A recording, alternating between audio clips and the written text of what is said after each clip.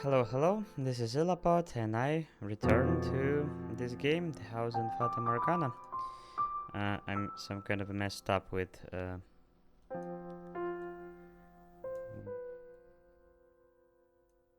setup, but right now I'm ready to go.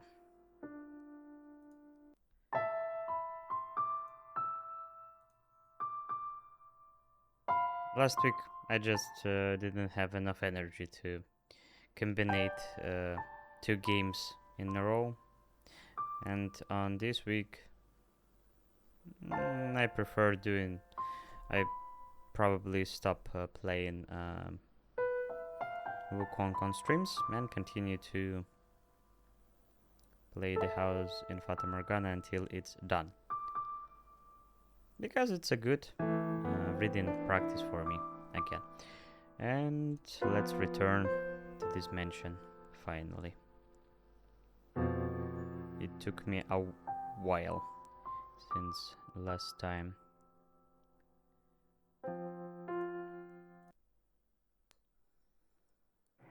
His was a power that evoked images of witches or demons, the unclean, the impure. A mere touch was all it took for him to. It's still okay. It's still kinda loud. Maybe a little bit.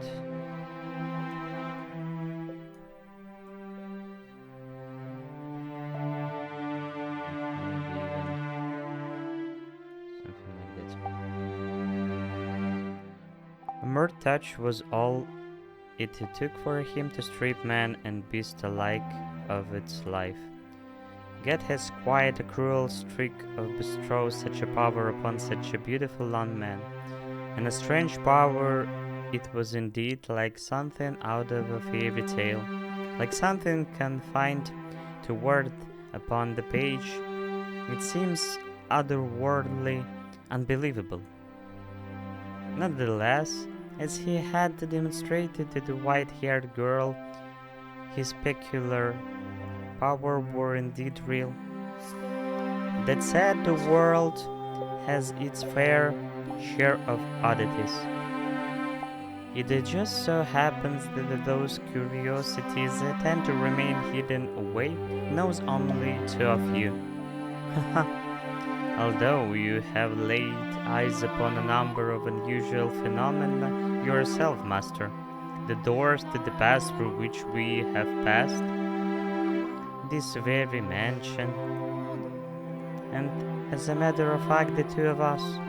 Now, as you just saw, the white-haired girl found herself enraptured with this man and his accursed power. How do you think Michelle acted in response to her proclamation? He had spent so long refusing to interact with others, now unable to interact with them. As such, he was unsure how to respond. After standing there expressionless for a few moments, he muttered, "I'll consider it." And with that, he returned to his chambers. While he was not someone who wore his heart on his sleeve, I personally do not believe he was completely devoid of emotions. He had simply forgotten how to express them in his extended solitude. So I think he was in that moment in the state of complete panic. She had, after all, just assaulted him with a stream of incomprehensible declarations. That knowing the truth, she still wished to remain in the mansion, and that knowing the truth, she loved him. The love she had declared for Michel was not a fleeting puppy love. There was genuine tenderness and warmth to his words. But he had gone through his life shunned, feared, pushed away. To him that was normal. He had never given anyone reason to have any fondness for him. So he found himself utterly unsure how to take the affection she was showing. Of course, he was not the only rattled by the whole affair. Their interaction are very complicated, and situation are very complicated too. Oh dear. Several days had passed since Michel had asked for time to think. He had still yet to show himself again. This is all my fault. The white-haired girl paced anxiously through the halls on the off chance she might run into him. As per his request, though, she kept her distance from his chambers. Nevertheless, she was beginning to worry about the fact that he had secluded himself away for so long. So she walked up her courage and made her way to his room. What if he doesn't want to see me ever again? I didn't consider I might be overstepping my bounds before opening my mouth.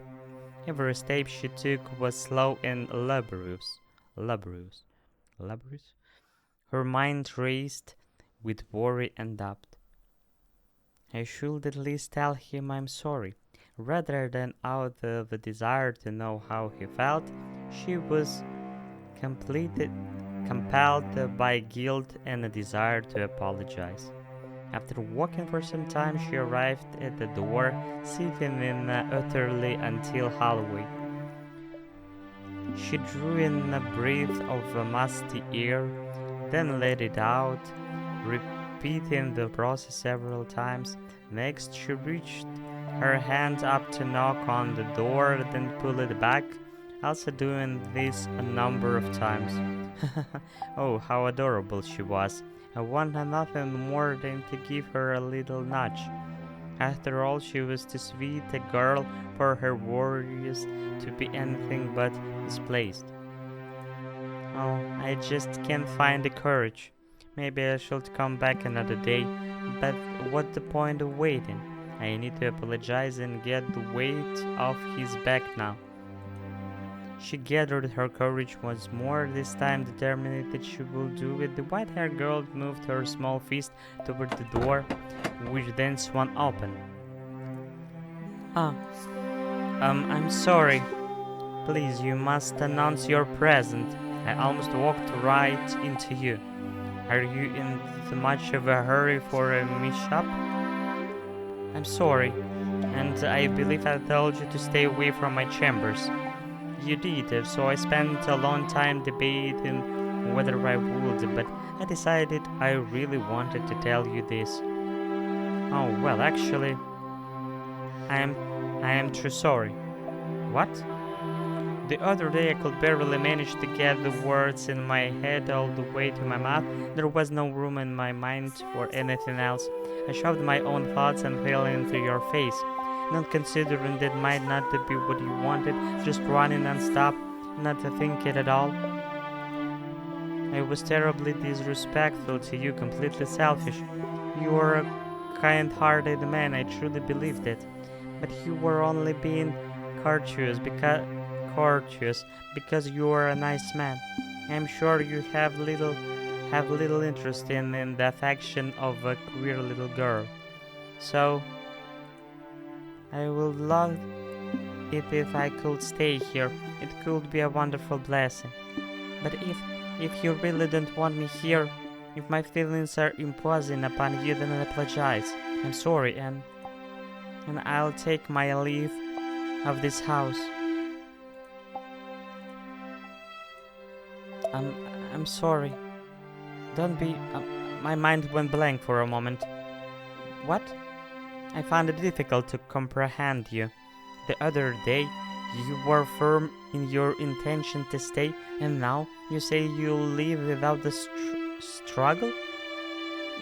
You holed up in your room for so long that I thought you didn't want me around. To be honest, I want to stay here, I do. I think you should do whatever pleases you. Huh? You can stay or you can leave. I will not pressure you to do one or the other. So I'm not imposing? To tell you the truth, I had to think about it for some time. However, I have now come to something of a solution. Since you are here, come into my room. But I thought I wasn't allowed to prevent what almost happened a few moments ago, so we don't accidentally run into each other. Sorry, you are forgiven. Now come in. Okay. Is this a necklace? If that's what it looks like to you, then I suppose that means I succeeded. Pick it up. It has a little bell. It's adorable. Please make an effort to wear it while you are in the house. Oh, and right now the girl is sound like a cow in the field. But it's suitable for their situation. Because it's so dark, there will always exist the risk what we might accidentally bump into one another. So I tried to come up with a way to reduce that risk. Does it mean you didn't leave your room because you were working on this? That's right. What other reason would I have?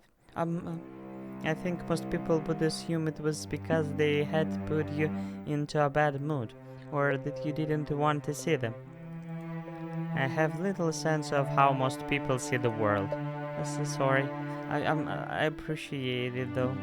I'm really glad to know that you put so much thought into our life together with me.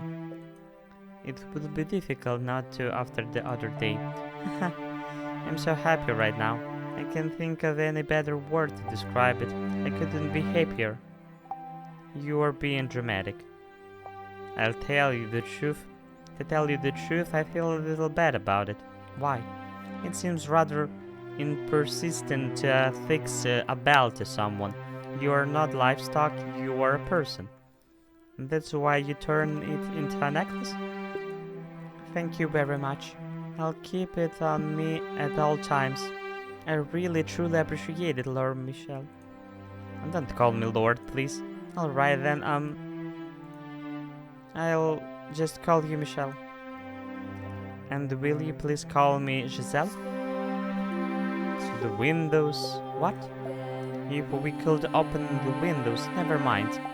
I was just thinking you wouldn't need the bell at all if we could get some light in here.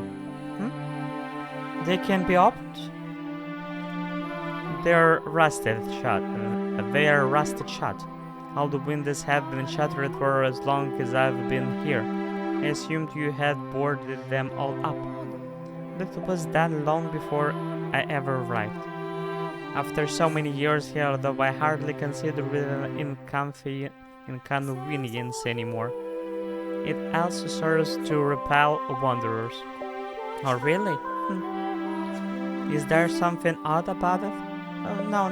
It's just I realized I had the wrong impression about a number of things. As I learn more, I see things in a different light.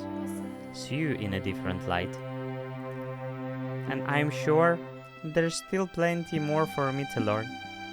Of all the people I have ever met, you are perhaps the most difficult to predict. Not only do you have no aversion to the darkness, the dark has always been a close friend of mine. Which isn't to say I dislike the sun, its light can simply be a bit too strong for me. I'm like some kind of unholy monster that can't be exposed to sunlight. You are anything but unholy.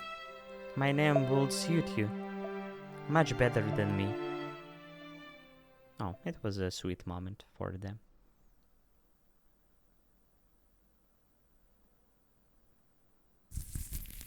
What the day when I first saw Giselle. What is this sound? It's disgusting. Haha. I was wary of her, apprehensive. I didn't want her anywhere near me, but as my doubt about her faded, I began feeling something very different, as though the lump in my heart had been melted away. I began to yearn to her to be at my side.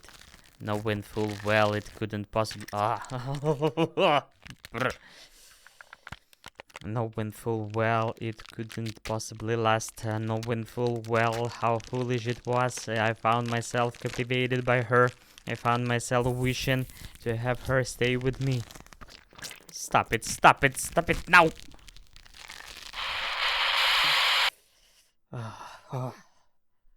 was chilling. It's really unpleasant.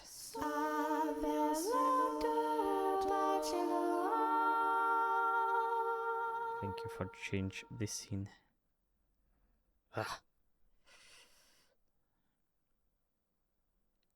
And that marked the true beginning of their quiet days together in the dark mansion. They acknowledged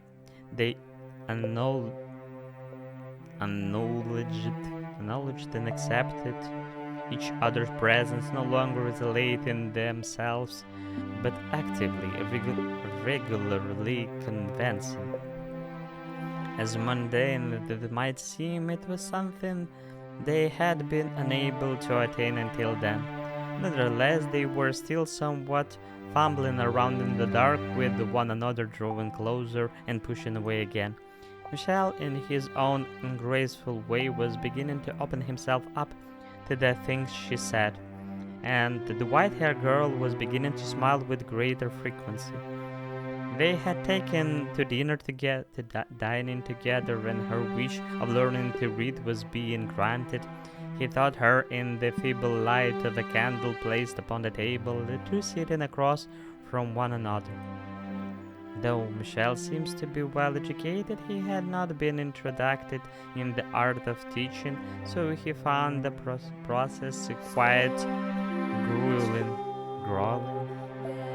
But to the white-haired girl, the longer it took, the better. Her primary objective was, after all, to spend time with him. The days passed, and eventually she reached the point where her comprehension was adequate enough without assistance.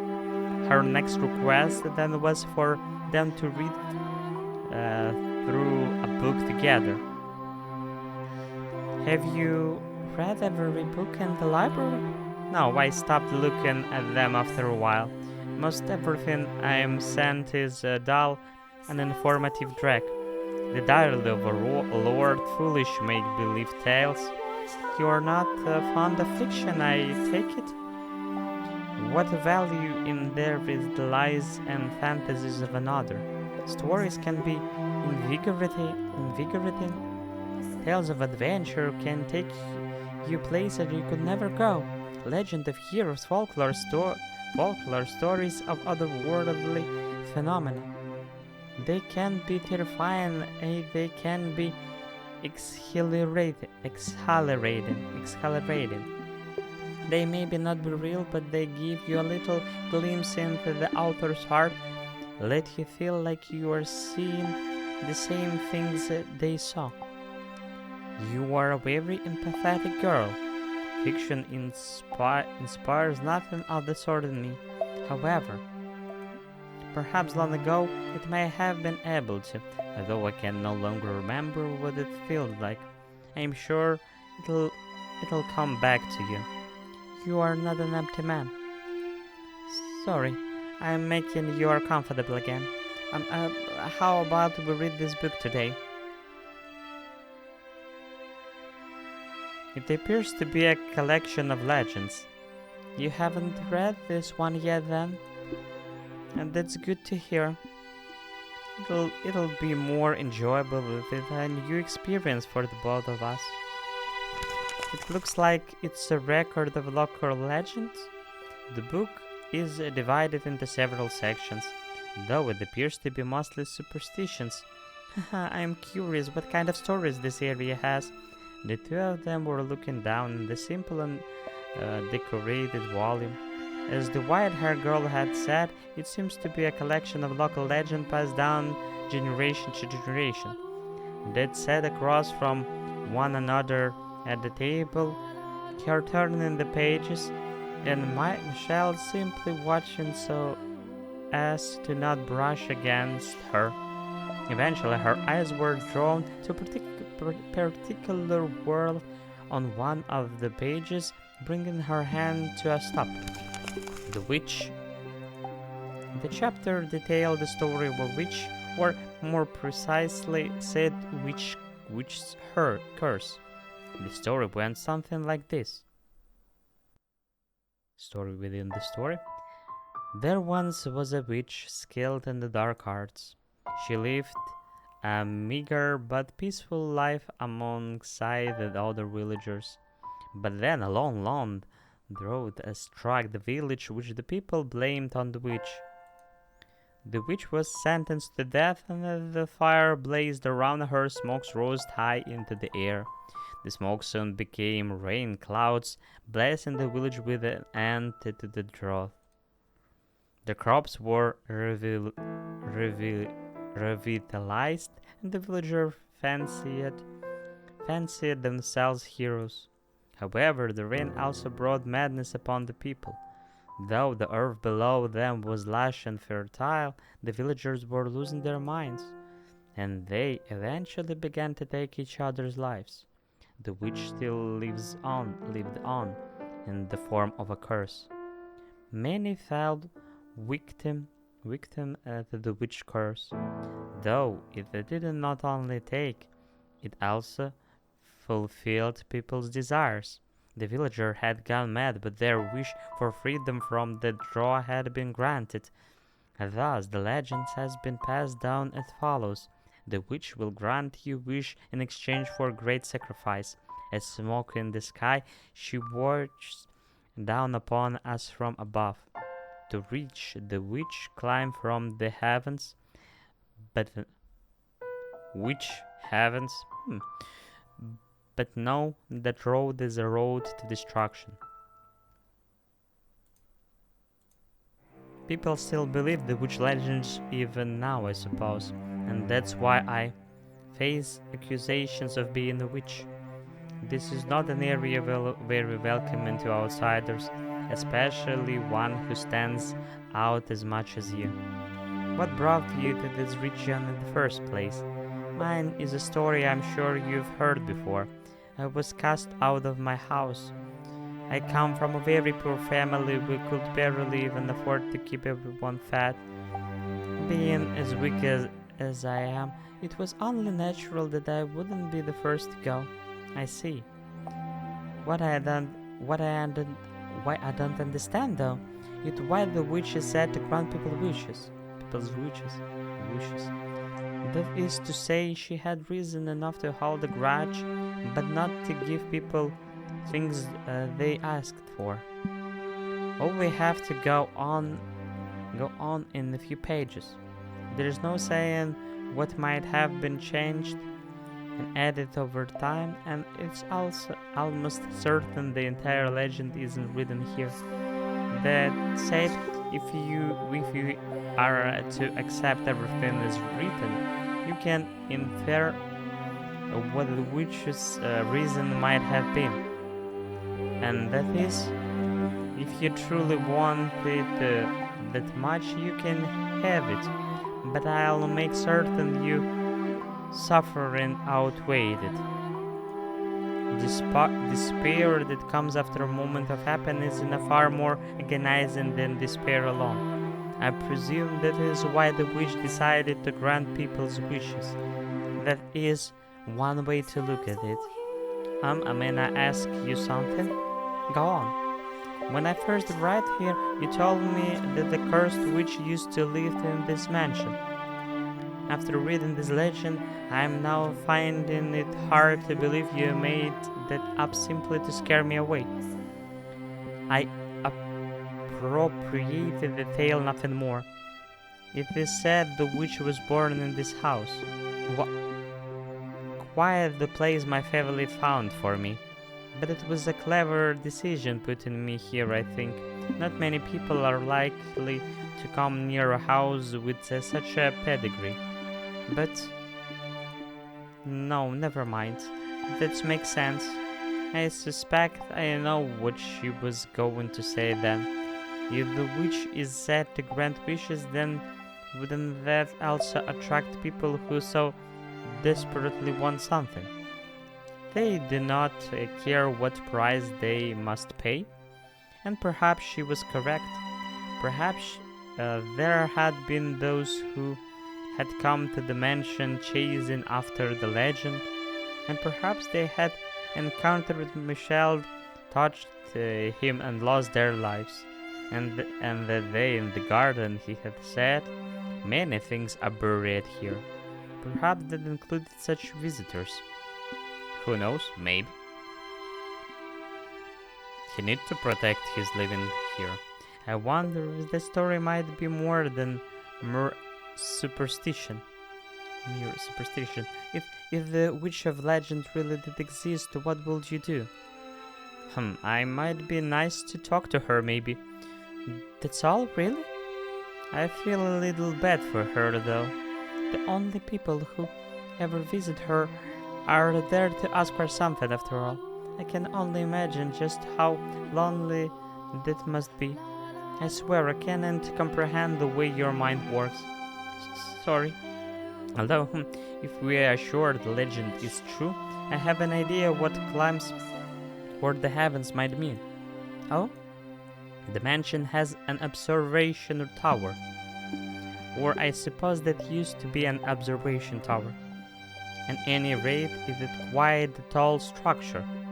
This is the house where the witch was supposedly born. A tower reached through the heavens seems like the perfect place to find her if she really is here. Oh yes, I remember seeing a rather tall structure as I first approached the mansion. Would you like to see it? Of course. Please lead the way.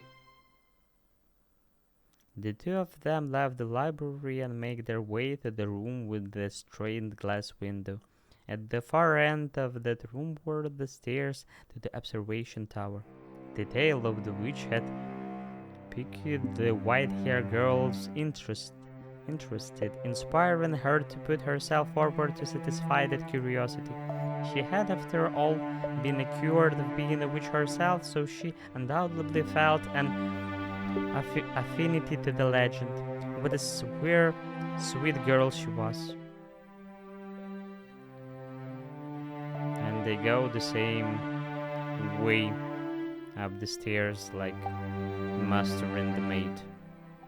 And what they can find. With Michael in the lead, the two climbed the long spiral staircase. There were many stairs that the white-haired girl had anticipated, and she soon found herself short of breath. Rectangular windows were carved out of the stone in regular intervals.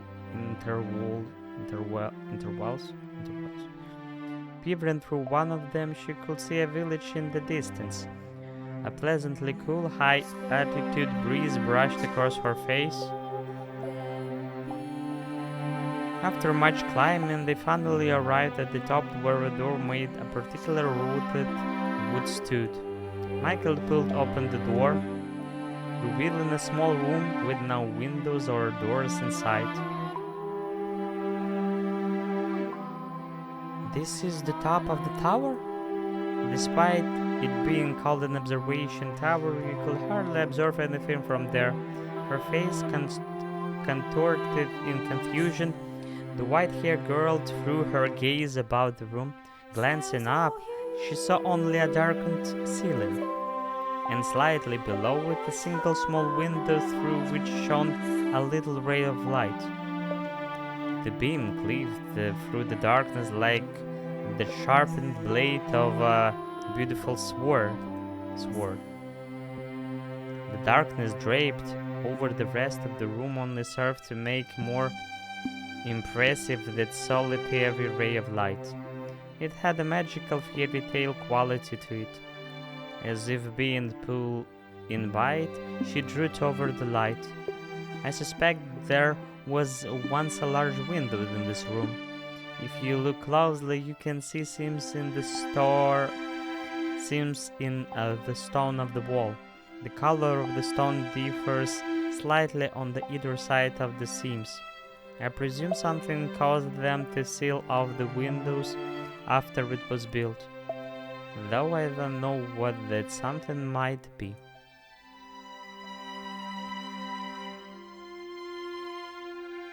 Hello, Giselle. When Michelle's eyes fell upon the white-haired girl wrapped in that beam of light, he sputtered to a stop. Or sputtered to a stop. The man who never flinched at anything, who had long since distanced himself from such stirring of the heart, was utterly bewitched. He had never seen her illuminated so vividly before, and he was having a great deal of trouble finding the words to describe her striking beauty. For someone who had been chased out of her home and accused of being a witch, the white-haired girl looked less like a practitioner of the dark arts, and more like one of the host of heaven. Michelle's undoubtedly felt the same way, for his gaze was unfixed firmly upon her. Oh, what a cute smile. Dazzling, isn't it? Like a staircase leading to heaven. Yes, perhaps so. Is something the matter? No, I'm fine. You're not fine. Look at this smile. You know, it feels like there's something odd in the air here. It feels like someone actually might be listening.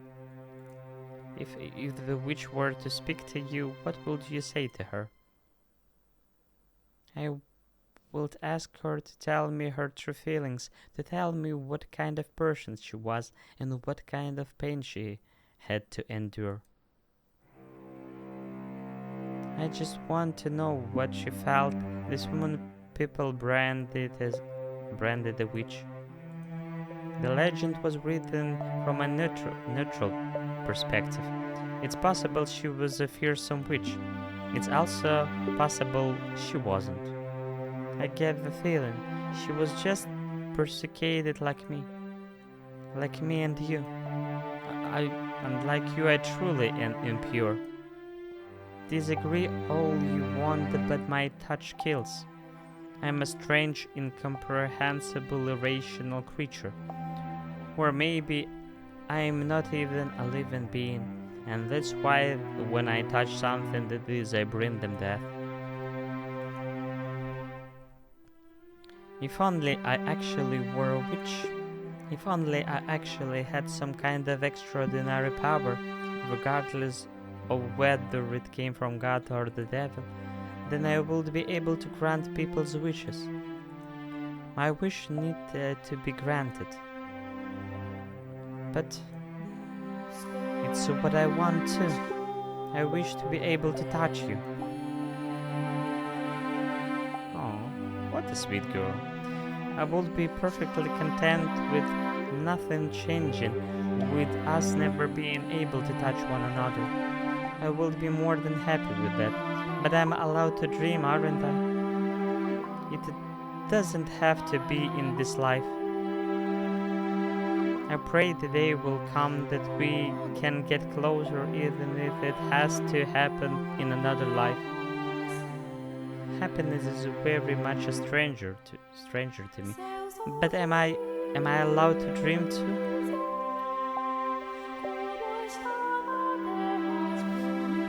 Oh, you are. I will never touch you, I swear it. But I would like to dream about it. I would like to imagine placing my head upon your cheek. You can reach your hand out for me.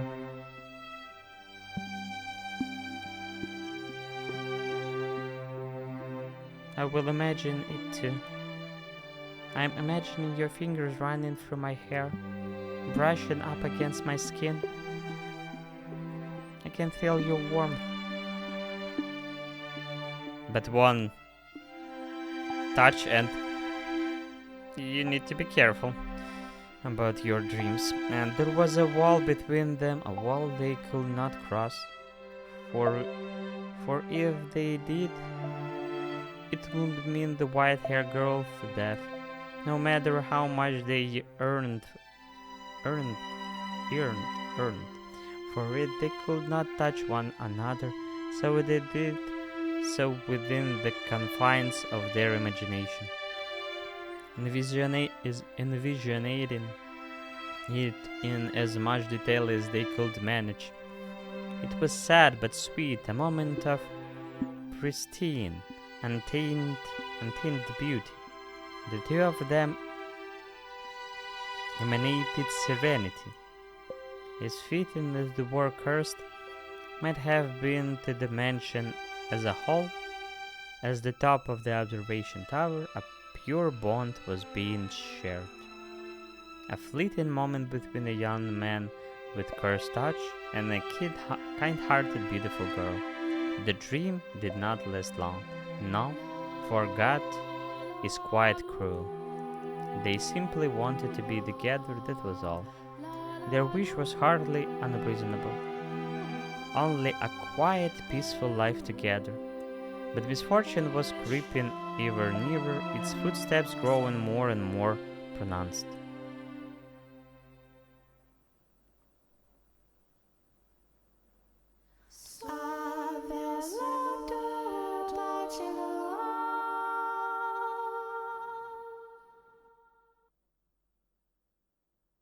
And I think today it'll be shorter stream because after some pause, my articulation just